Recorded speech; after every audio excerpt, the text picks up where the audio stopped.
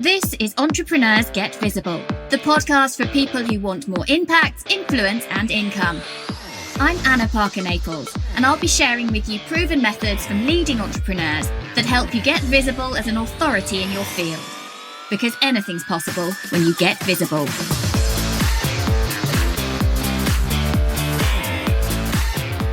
Hello and welcome to the second episode of 2022. Although many of you might be binge listening to this podcast, so who knows when you're listening. But we're going to be talking about something today that I think is important to reflect on as an entrepreneur at any point of your business growth and your personal growth and development. And I've specially requested this guest to come in today for two reasons. One, she has an incredible amount of knowledge on this subject and has recently released her very first solo written book, which we were responsible for producing in Expert Audiobooks. And two, because I think at this time of year, the beginning of the year, it is an opportunity to get really mindful about what you want to get focused on in terms of your wealth and your money. So today, I'd love to introduce you to my very good friend, Catherine Morgan, she's been, I think you're the only person that's been on this show 3 times. So there we go. 3 times lucky. 3 times lucky. So, Catherine, I wanted today to make sure that I extend the knowledge and depth and breadth of your amazing work to my community. So your book has recently been released, which is It's Not About the Money, which became an Amazon bestseller, which we've obviously worked together quite closely in order to produce the audiobook version coming to Audible very, very soon. And as I was reading that, I was feeding back to you, there are chapters in this book that will change people's lives, even if they didn't read the whole book, even if they were stupid enough to leave some of that on the table. And that's what you wanted with this book. This wasn't just something to build your brand. This was something that could have real practical and emotional input into people's lives. So I'm really curious then, for someone who is a financial expert, a financial planner, a financial coach, a financial trauma expert, why is it not about the money? Great question. And first of all, thank you for having me back for the third time lucky. And it's so wonderful to talk about this subject, especially at this time of the year, because I always find that this time of the year is when people want to set really good intentions around money. But there's a couple of things that I find that people always make mistakes around. And this is kind of what I want to share today, is about the 3 things or the 3 mistakes that I see people making this time of the year. It's because when we talk about money, it's never really about the money, is it? You know, the way that we treat money is really a mirror reflection of the way that we treat ourselves. And that's the first place to start in order to improve your relationship with money, in order to build more wealth, to make more money, be able to hold on to more of it, and then be able to grow it for our financial future, is we actually need to take a step back before we can take a step forward. So one of the things that a lot of people do this time of the year is they start to set financial goals. And one of 2 things happens, is they either look at everybody else and then they mirror their financial goals based on what everybody else is doing, or they make financial goals based on what they think they should be doing. And this shoulding approach, which I always feel like I'm swearing when I say that, but this shoulding approach is a behavior that happens when it's almost like this pressure that we feel, oh, I should be getting out of debt. I should be saving more money. I should be making more money. I should be doubling my profits in my business, all this shoulding. And a lot of that comes from consumerism. And consumerism really is what drives our spending habits. Many of you will have noticed over Christmas, for example, that you get to the kind of couple of days before Christmas and you think, oh God, I haven't bought enough gifts. And you go frantically buying more gifts for your family when they don't really need it. They don't really. I went into my daughter's room today and she's got things that she unwrapped Christmas Day in her stocking that she's literally not touched, probably won't touch most of the year. We do all of those things. What was coming up for me as you're talking about that shoulding is that there's actually a lot of shame and guilt and feelings of I'm not enough in some capacity, I've not achieved enough, or I don't deserve to have those things. And we try and compensate for that through spending by having the things, by being bought into the whole consumer mechanism.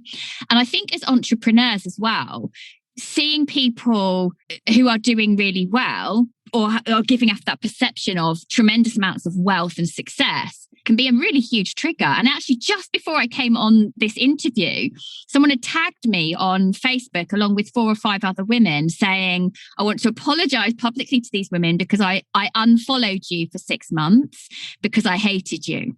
And I hated you because of the success that you represent. But really, I don't hate you. I hate that I haven't done it myself. Oh, so that's really interesting, right? Because if you dig into the language of that person with no judgment there, and actually that takes a lot of integrity and honesty to be able to share that. But when we write these I am statements, like I'm not good with money, I should be good with money, I'm a bad person because I'm in debt. We use these shoulding statements, and these shoulding statements become like a psychological cognitive distortion statement where we say I should be something, and particularly when it comes to debt, and especially this time of the year, people say, I have debt, therefore I am bad. And they create these cognitive distortions around their sense of identity. And that's one of the biggest lessons I've learned, not just about my own relationship with money, but with people that I support, is that actually get curious to what is the language that you're using specifically with money, where you're connecting your sense of self, which is who you are as a person, as a human being, to money. And actually, if you step back and think about that, we are not money, right? We're not better to have more money. We're not better to have less money. We're not worse to have less money. But yet the perception is that we see people as successful when they have more wealth, or we see successful, rich people as greedy and mean and horrible. Mm-hmm. And, you only have to think about films and things that we watch growing up that depict a woman of wealth to be horrible and mean or spoiled. Like I grew up in the 1980s, and sitcoms like Clueless or films like Devil Wears Prada, they don't depict wealthy women in a good light, which means that wealth is not normalized for women. Where are the role models? Well, and this is the thing, right?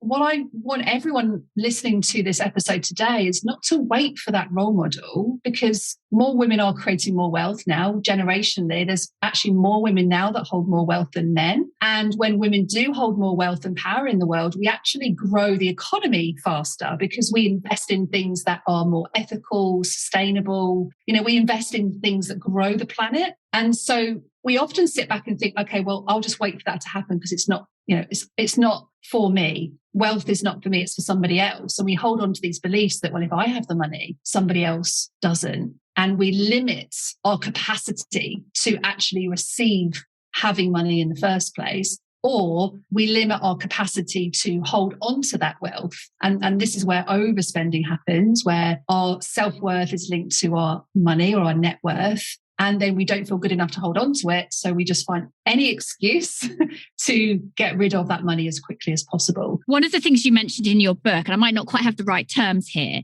was about the amount of women who become solely financially responsible because they've been widowed or divorced or separated, or they've never had partnerships like that, but have never had any level of financial education. There's not even in their awareness. And then there's a great massive stress around that and a lack of knowledge. And that really made me sit up and pay attention, actually, because the chances are that could be me. And I think many people reading your book will kind of say, actually, it is my responsibility. It's not a question of leaving it to my husband or whatever relationships you have. Yeah, I mean, from a practical perspective, I think there's two bigger challenges for women. One is the fact that we are living longer, which you might think, well, how's that a challenge? Like, surely that's a good thing. It's a challenge in the fact that we often end up looking after aged parents, which puts pressure on our ability to create wealth, because it often means we have to retire early from our employed positions, for example, or it has an impact on how we can run our businesses. And I've experienced that with some friendships around me, is that when we're having to look after aged parents, it has a huge impact on our physical health and our mental health. And that can create limitations on how we are able to build wealth.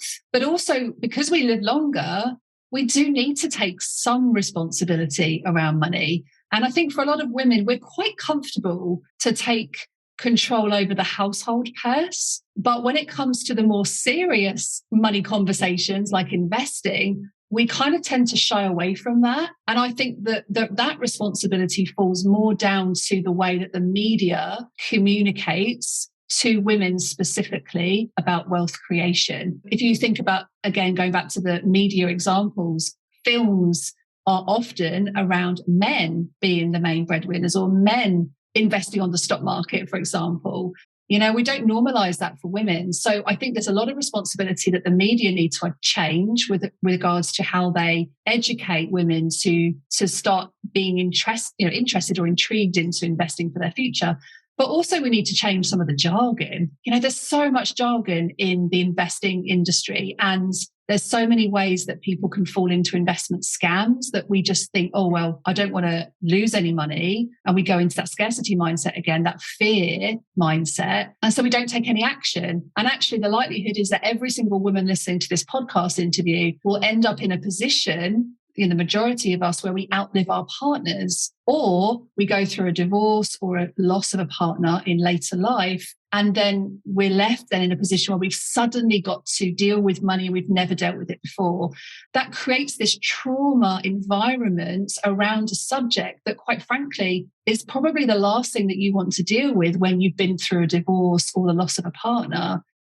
And so to create some independence, financial independence and education now, before some of those traumas happen, is a really good thing to start thinking about this year in a small way. You know, it doesn't have to be you suddenly need to take charge of everything in your household, but just bringing awareness to, well, where are we investing our money? Where is my money going to in my pension? There's a word that you said that really strikes home for me, which is fear.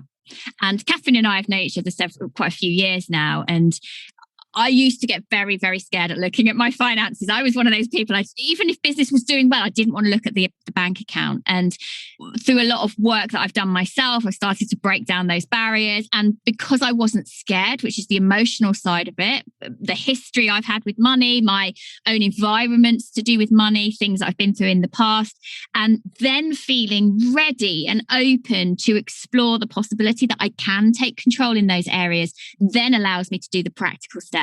And I think that's one of the things I really love the most about your work, is that you're not just someone saying money mindset, and you're not just a financial planner saying this is what you should do.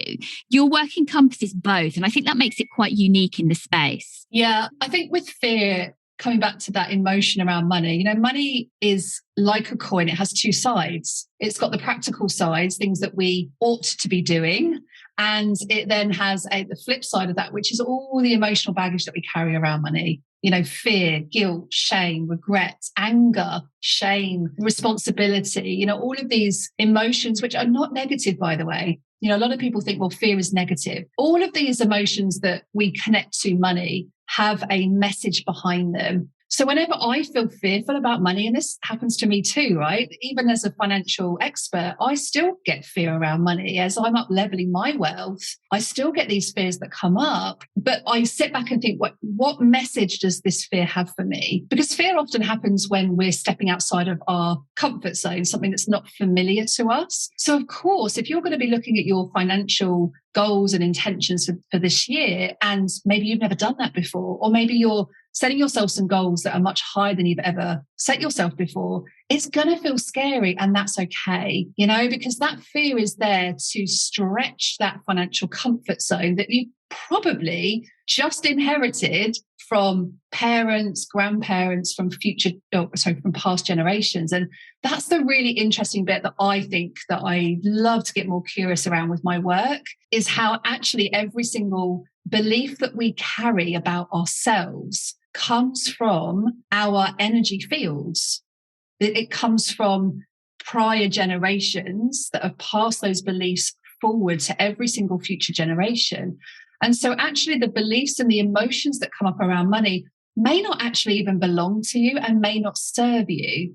And the minute that you get to change, the minute you decide that I'm going to change my relationship with money, you're actually not just only changing your own financial situation and the emotions that you carry around it, but you're also going to change every single future generation ahead of you. And I think that's so powerful to be able to make that empowering statement that this is the year that I'm going to make those changes, not just for myself, but for my children, my grandchildren, my nieces, my nephews, my brothers and sisters, every single generation around you. And then that just opens up huge possibility for independent financial growth for yourself, but you can expand that right out into your communities, into your friendship circles, into your relationships.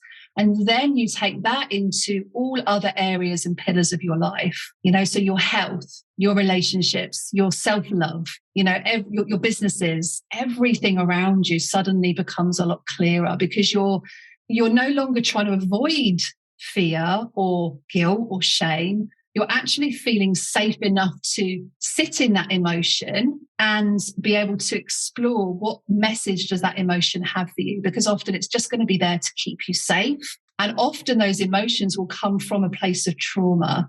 And this is why looking at money through a trauma-informed lens is so important, because all of the trauma of money memories that we have created throughout our life, if we don't sit in them and acknowledge them and potentially look to heal from those traumas, they can go on to create physical illnesses, anxiety, lots of other significant influences in our life. So learning to live in the here and now without shame, without blame, without guilt around money can then unlock all of those opportunities and growth for yourself. It's definitely about exploring what's inside the box, what's inside those emotions, those fears, those thoughts about yourself. Where do they come from? What do they represent? And what if they're not true? And that gives you enough impetus to then step outside and start implementing things that can financially change your situation. You alluded to, what if you decide to look at those this year? Well, how do you do this? How do we go from actually deciding this is the year I need to tackle it to then seeing a difference in your personal wealth? How do we do that? So the first couple of steps that I would always recommend is to reflect back before you reflect forward. So take stock of what is your relationship with money today? Are you in a position where you're great at making money, but maybe not so good at holding on to it? Or maybe you're not so good at making money, but you're great at saving, for example.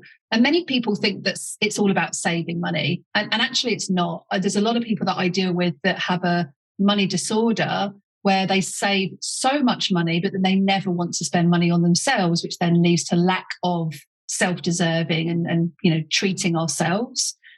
And so the first thing I would recognize is to think about, well, what is my relationship with money today? What does that look like? And part of that then is about looking at some of those borrowed beliefs.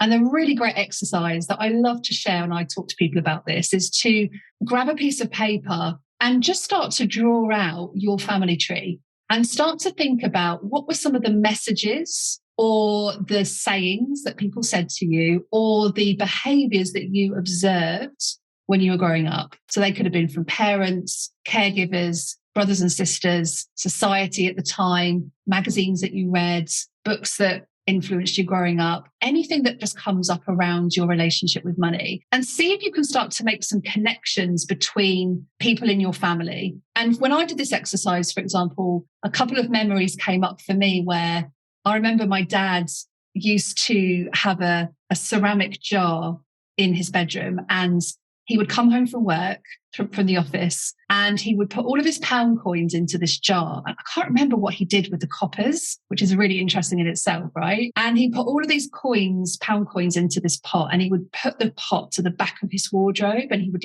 put boxes in front of it to hide it away. And the two messages, when I drew that out on my family tree, the next question to ask yourself is, what was the message that you attached to that experience or that belief? So when I wrote that memory down, I thought, what belief did I attach to that? What meaning did I give to that experience as a 6-7-year-old little girl? And the message that I came up with was, money has to be kept secret, and look after the pounds and they'll look after the pennies. And some of you may even resonate with hearing some of those sayings as you were growing up. And then you can start to think about, well, am I responding or behaving in the same way that reaffirms that belief? And how does that support me? And how does it sabotage me?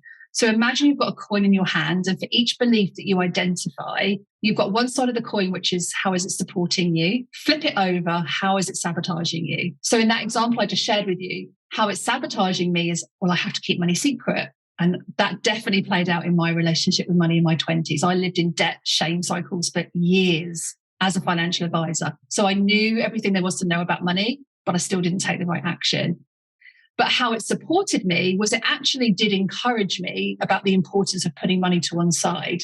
And I still remember the joy of like emptying it at the end of the year and putting it into little plastic bags and taking it down to the bank. So see if you can identify key memories around your relationship with money, around your family tree. And that might bring up also some patterns of, well, maybe it was all the men that brought money into the household. And for women, that was never acceptable. Maybe women had to look after the children, for example. Or it might be that money was very frugal or not a lot of it. Maybe you experienced or witnessed bankruptcy with parents, businesses and things like that in your childhood. But just bringing some gentle curiosity to this exercise can just get you thinking about your relationship with money today. And then the next step is to start thinking about what are your desires for yourself for the next 12 months ahead. And this is a really important step. Many people don't do this. They just go straight to the financial goals. They go straight to I want to make 100 grand this year. And what they don't do is they don't break down, well, what do I actually desire this year? And there's an exercise in my book actually that you can have a look at that will help to guide you around this. But literally listing out 50 things that you desire and deserve for yourself for the 12 months ahead. And then you can start to think about giving every single pound that comes into your bank account a specific purpose.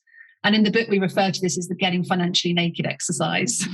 This is like stripping everything back, looking at your beliefs, looking at the money that's coming in and giving it a purpose, allocating it to a specific pot that you can call your dentist pot, your holiday pot, your tax pot, your profit pot, your VAT pot, your Christmas pot, your birthday gifts pot, your eat, pray, love, retreat pot, something that is going to give you purpose for creating and having that money in the first place, but also holding on to it so that we're actually giving it purpose, which is much more empowering to move you towards financial goals that are embedded in pleasure rather than setting yourself a financial goal, which is moving away from pain.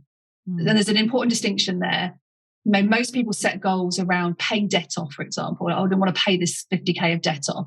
Well, that's not particularly motivating because you're trying to move away from something that feels painful. It's only going to be short-term lived. It's a bit like, setting health goals and losing 2 stone on the 1st of January. It's embedded in pain, so it's not likely to stick for very long.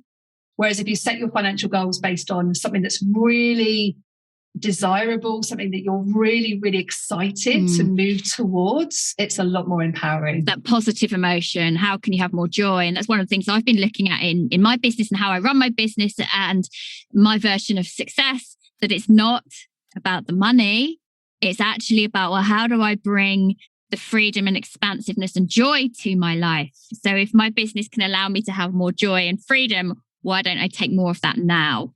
And that's been a huge learning curve for me this year. So Catherine, I already know that your book is brilliant and it will change lives. Where can people come and find it? Because I think you've got a special link for it. Yeah, we actually decided to gift this book out for free because we wanted to get this in the hands to as many people as possible. So if you just head over to itsnotaboutthemoney.co.uk, you can just grab a free copy of the book. We just simply ask that you cover the postage costs. And also inside the book, you'll also receive a ticket to our event that we run quite frequently throughout the year, which will really help you to step into a position of creating more wealth, deserving more wealth, and then holding on to more wealth than you ever have before. The first of those events is going to be happening quite soon, isn't it? So if people are interested in that, then I would urge you to go and get yourself a copy now. Don't wait. It is an incredible book. I think the beginning of the year is a great time to get focused on what you want for yourself. And I know that for me, as I look at my business year ahead, I'm definitely thinking about the experiences I want to have in my personal life. And I think doing that money work, and it's not about the money, it's about all of the other things around it, can make such a difference to your life and your business. So go grab that book. Thank you so much for coming on today, Catherine. Always a pleasure. And is there anything that you would like to leave as a parting gift, a parting shot to my listeners today about the best ways to make sure that this is the year that they allow that wealth to come into their lives? I think the most important thing for me is to not wait for that moment to become possible for you. Not wait for that role model to come in front of you. You can be that wealthy woman, and wealth is not just about the amount of money in your bank account. It's about your overall well-being, your relationships, your health. Everything becomes much more possible. So it's really stepping into that intention, but stepping into it as if it's already happened. So if you want to move house and move countries, step into that gratitude mindset as if it's already happened. And that will just open up the possibility mindset, possibility thinking that this isn't for anybody else. This is for you. This is entirely possible for you to be in a position of financial empowerment and financial independence, not financial codependence. And this is completely possible for you. And that's really key. It is how you decide to allow this in your life. And if you don't have wealth, you might be thinking, how can I just decide? Like, that's impossible. That's why the emotional and trauma-based work is so important. I really believe in Catherine's work. Go get that book, get to her live event. You will not regret it. Over and out for today, people. Thank you so much for tuning in. And if you've enjoyed this episode, I'd love you to come and let me know. And I'm going to just send a little invite to you in case you don't know about it. The community that I have over on Facebook is all about exploding your personal brand through podcasting, being a guest or being a host. We have some incredible entrepreneurs in there, and I'd love you to come find us at the podcast community. That's it for today. Take care. Thank you for listening to Entrepreneurs Get Visible. To get your free checklist on how to raise your profile and to find out about our community, go to annaparkernaples.co.uk/get visible.